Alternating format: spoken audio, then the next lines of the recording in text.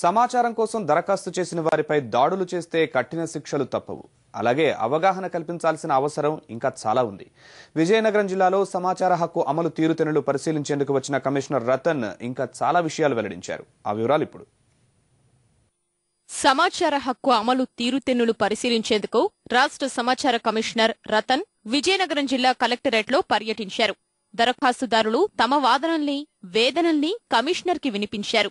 సమాచారం అడిగితే బెదిరింపులు తప్పడం లేదని పౌరులు రతన్ ముందు గోడు వెళ్లబోసుకున్నారు.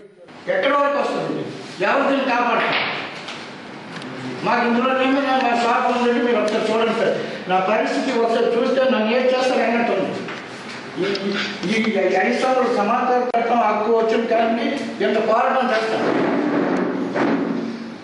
చేస్తుంటే మాకు ఇంట్లో నుంచి అడిగిలో పెడితే భయం. సమావేశం అనంతరం కమిషనర్ రతన్ ఈటీవీతో ముచ్చటించారు. సమాచార హక్కు చట్టంలో అత్యంత కీలకమైన 4(1)(b) సెక్షన్ అమలు గురించి అడిగినప్పుడు ఇలా బదులు ఇచ్చారు.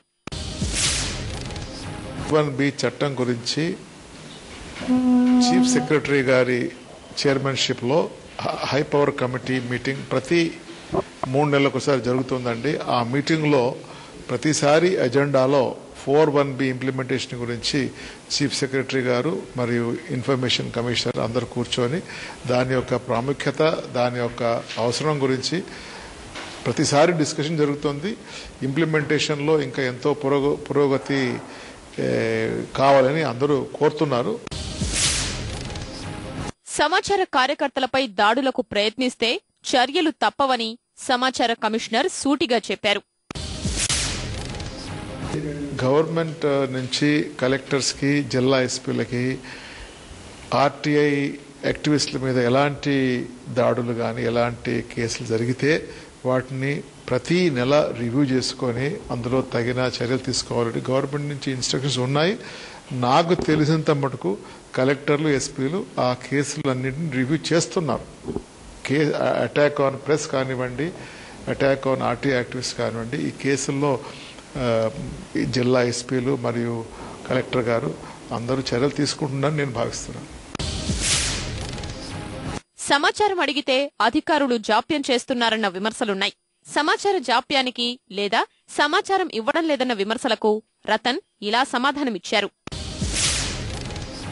మేము రిక్వెస్ట్ చేసేది ఏమిటంటే మన అర్జీదారులకి ప్రశ్నలు కొంచెం సూటిగా ఉంటే మీకు లాభము, ఆఫీసర్లకు కూడా కరెక్ట్ ఇన్ఫర్మేషన్ ఇవ్వగలుగుతారు.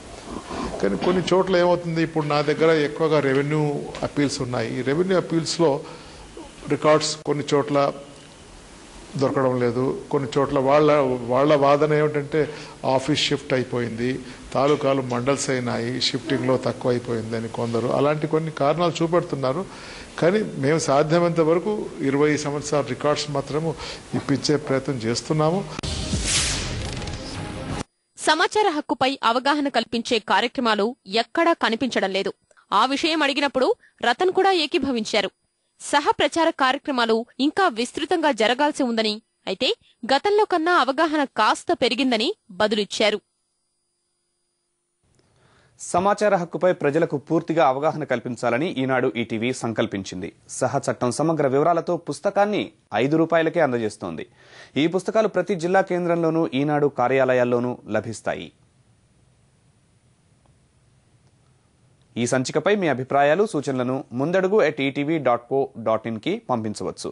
ముందడుగు సంచికను ETV2 ముందడుగు అని టైప్ చేసి యూట్యూబ్లో కూడా వీక్షించవచ్చు. ఈ సంచిక పునఃప్రసారాన్ని సోమవారం ఉదయం 9:30 గంటలకు చూడవచ్చు. మరికొన్ని క్షణాల్లో ఘంటారావం ప్రసారం. నమస్కారం.